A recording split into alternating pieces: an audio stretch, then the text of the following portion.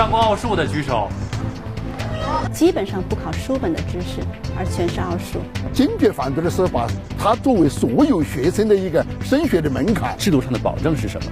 他会优先得到职称啊、评优啊方面的保证。要满足老百姓对优质资源的需求。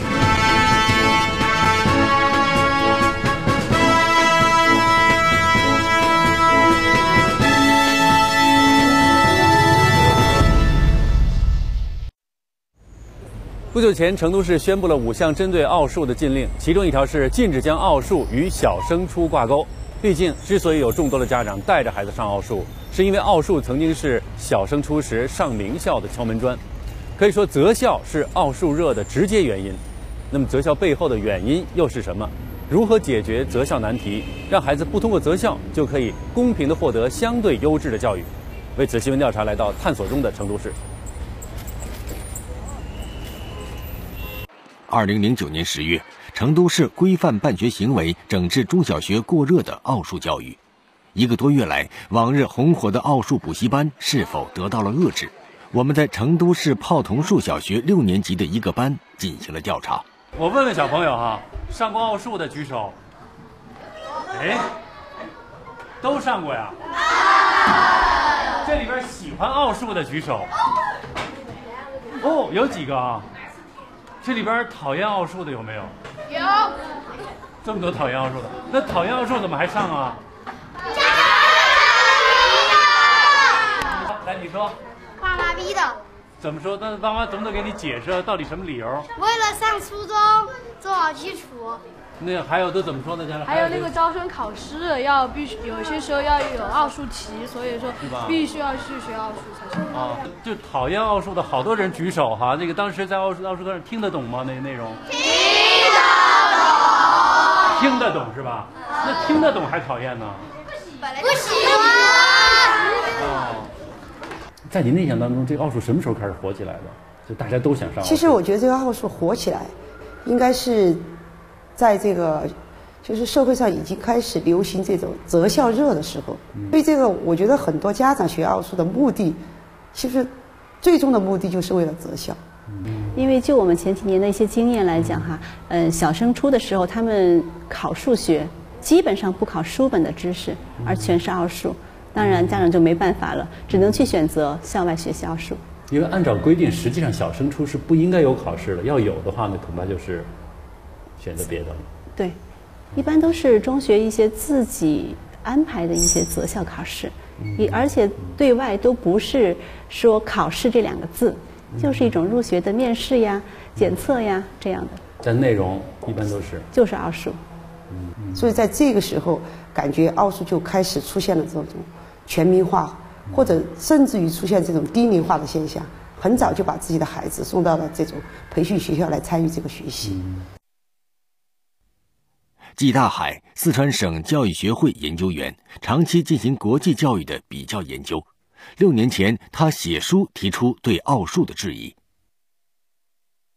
曾经有一个时间哈，就是说这个奥数在整个社会上特别流行。您搞过这个国际教育方面的对比的研究哈？从世界范围来看，有类似这样的情况吗？奥赛呀，其实它的简称叫这个国际奥林匹克数学竞赛，叫奥数。肯定其他国家也在搞这个，但是有一个非常重大的差别在哪儿啊？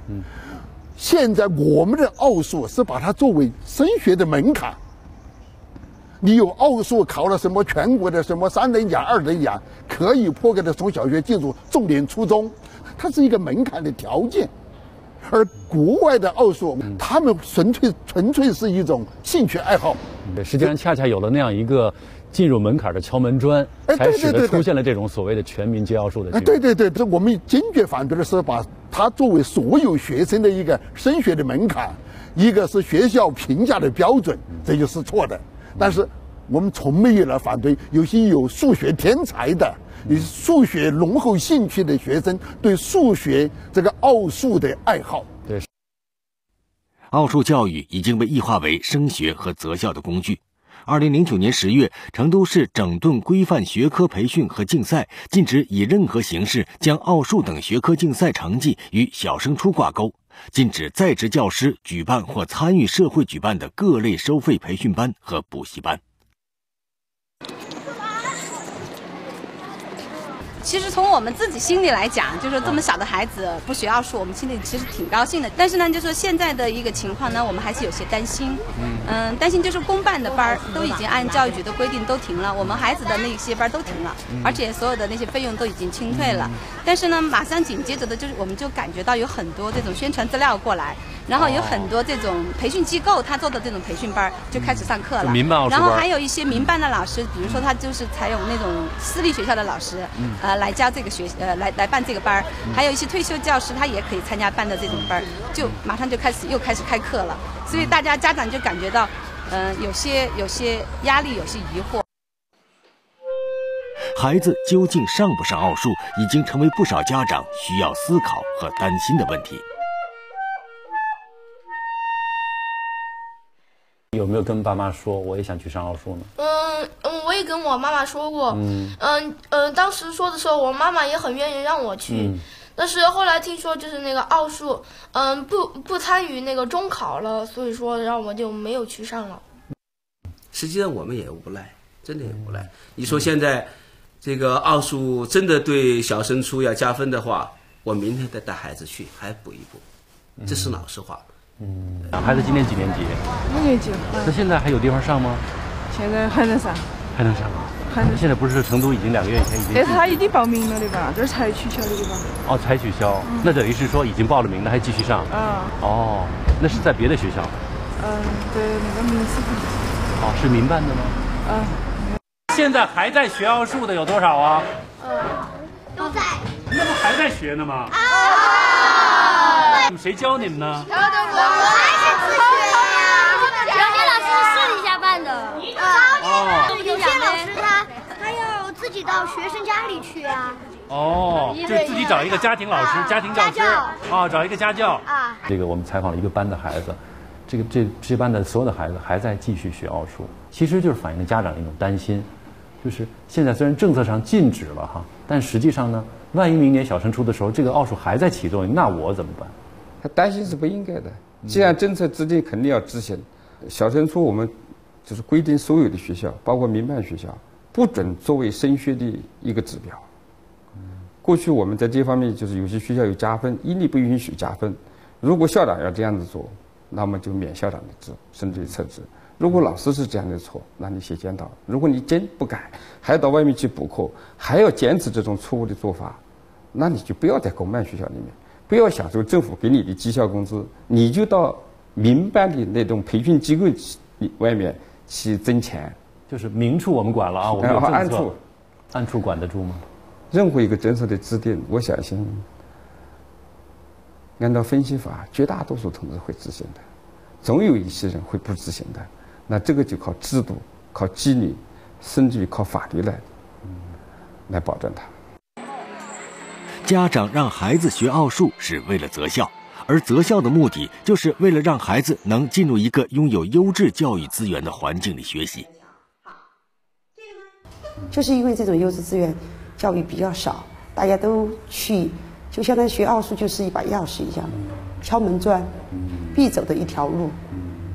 如果优质的教育资源比较多的情况下，那我想这种全民学奥数的这种现象会慢慢的消失的。人们有公平受教育的这样一个权利哈。对。从现状来讲，您怎么评价目前这个教育公平的现状？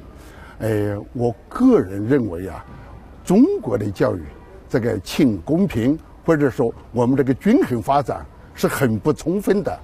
教育的不均衡是社会这个阶层分层的结果，也可以说是社会发展不均衡的结果。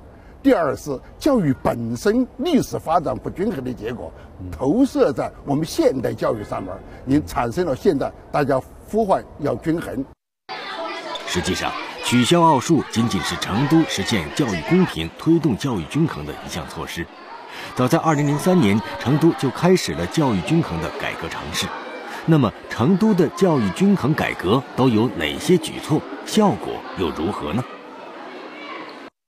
由于在中国的教育格局中，最大的不均衡是城乡教育的巨大差距。2003年，成都的教育均衡改革首先就从这里开始。他们确立了统筹城乡一体发展的理念，目标是打破长久以来存在的城乡二元结构。当时首先要改变的是农村学校的硬件建设和规范管理。为此，成都市统一了城乡学校的建设标准、经费标准、质量和评估标准等等，从而奠定了义务教育均衡发展的基础。首先从学校的标准化建设做起。2004年开始，成都市投资10个亿，对农村的薄弱学校，包括一些就是很偏远的山区，进行校舍安全建设。通过这样一个方式，进一步的来缩小这个城乡之间学校在硬件方面的差距。从2004年到2007年，成都新建、改扩建农村中小学校共410多所，使农村的初中小学人均校舍面积和设施都达到了城市水平。新建完了过后，关键是软件，一直到今年之后，我们才弄完，把所有的学校1000多名校长采取半军事化的形式进行培训。从校长培训起，这是出于什么想法？一个学校要想搞得好，校长很关键。校长必须要有自学思想，只有校长做好了，校长能作为教育家，学校才能办好，才能带出一支好的队伍，好的教师队伍才能培养出好的学生。发现问题，你看，他们发现了数据信息。学校的硬件设施完善之后，要均衡发展的就是师资队伍。为此，成都对各个学校的校长进行了强化培训。之后，成都市教育局又选派名校的校长到薄弱的学校去任教。成都市泡桐树小学是成都的优质名校，几年来，他们不断地选派出优秀校长到薄弱学校、新建学校和农村学校去担任校长。我的副校长已经输出了7位，去做了这些学校的主持工作的校长。而且这些学校目前看来都发展得非常好。甄校长去的时候自己愿意吗？有一部分是愿意去，有一部分呢，不是非常愿意。各有什么理由呢？愿意去的和不愿意去的？愿意去的呢，因为他又给了他一个新的空间和平台，他有他自己的教育理想和追求，他总是带着梦想去实现。不愿意去的呢，顾虑很多，毕竟那些学校非常艰苦，而且未来不可预知。